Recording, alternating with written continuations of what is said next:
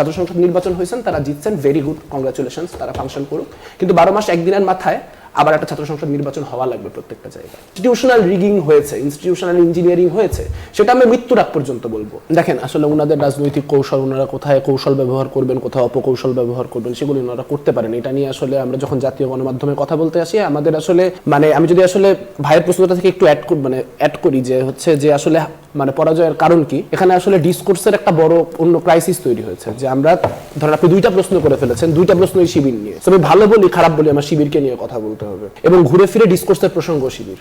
প্রচুর মানুষ ওইটাতে অ্যালাইন করতেছে, প্রচুর আলোচনার টপিক ঘুরে ফিরে বা ডিসকোর্সের জায়গাটা ঘুরে ফিরে ওইখানে আসতেছে। এখন বি টিম সি টিমের কথা নানানভাবে তারা নানান লোকজনকে নানান ফর্মে ইউজ করে, বা নানানভাবে তাদের প্যানেলে না থেকেও কিভাবে করে যেন তাদের সমান ভোটই তারা বিভিন্ন ছাত্র সংসদ নির্বাচনে পায়। ওই পার্টিকুলার প্যানেল, ওই পার্টিকুলার পোস্টে ছাত্র শিবিরের লোকটা দেখা যাচ্ছে যে 1000 ভোট পাইছে। ধরা যাক ঢাকা বিশ্ববিদ্যালয় ডাকসুতে ওনাদের সবাই অনেক ভোট পাইছে, 9-10 হাজার করে ভোট পাইছেন, ভোট পায় জিতছেন। কিন্তু ওনাদের 2জন ক্যান্ডিডেট আছেন যারা হচ্ছে 1,500-2,000 ভোট পাইছেন। ওইখানে তাদেরই অ্যালাইন্ড আরো 2টা ক্যান্ডিডেট, তারা আবার 9-10 হাজার ভোট পাইছেন। এখন এই অ্যাকিউজেশন যদি আমি এটা প্রমাণ করতেও পারি এখানে বসে, যে তাদের ভোটারদেরকেই তারা বলে দিচ্ছে যে ওই 2টা প্যানেলে, ওই 2টা প্রার্থীর ক্ষেত্রে এদেরকে ভোট না দিয়ে এদেরকে ভোট দাও, তাতে আসলে কি লাভ হবে? তাতে কি যেই ছেলেটা শিবির ভোট দেয় সে আর দিবে না?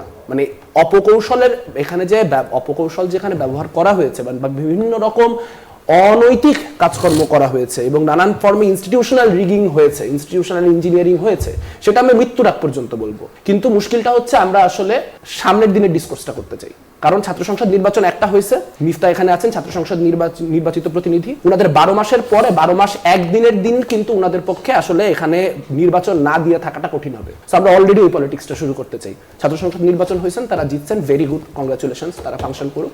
কিন্তু 12 মাস একদিনের মাথায় আবার একটা ছাত্র সংসদ নির্বাচন হওয়া লাগবে প্রত্যেকটা জায়গায়। এই সামনের দিনে রাজনীতিটা কিভাবে দাঁড় করানো যায়, আলোচনাটা সেখানে হওয়া দরকার। প্লাস এটাও আপনারা দেখতেছেন যে ওনারা জগন্নাথ বিশ্ববিদ্যালয়েও জিতছেন, কিন্তু জগন্নাথ বিশ্ববিদ্যালয়ে ওনাদের উইনিং মার্জিনগুলো যদি দেখেন, উইনিং মার্জিন টাইট হয়ে আসতেছে।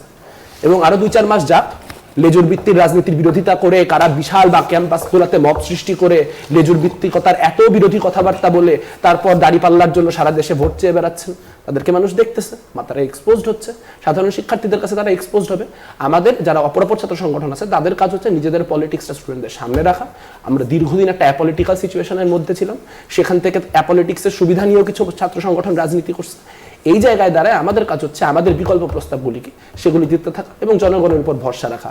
জনগণ সাময়িকভাবে ভুল করে, কিন্তু জনগণ দীর্ঘ সময়ের জন্য কখনো ভুলে স্টিক থাকে না, জনগণ নিজের ভুল সংশোধন করে ফেলে।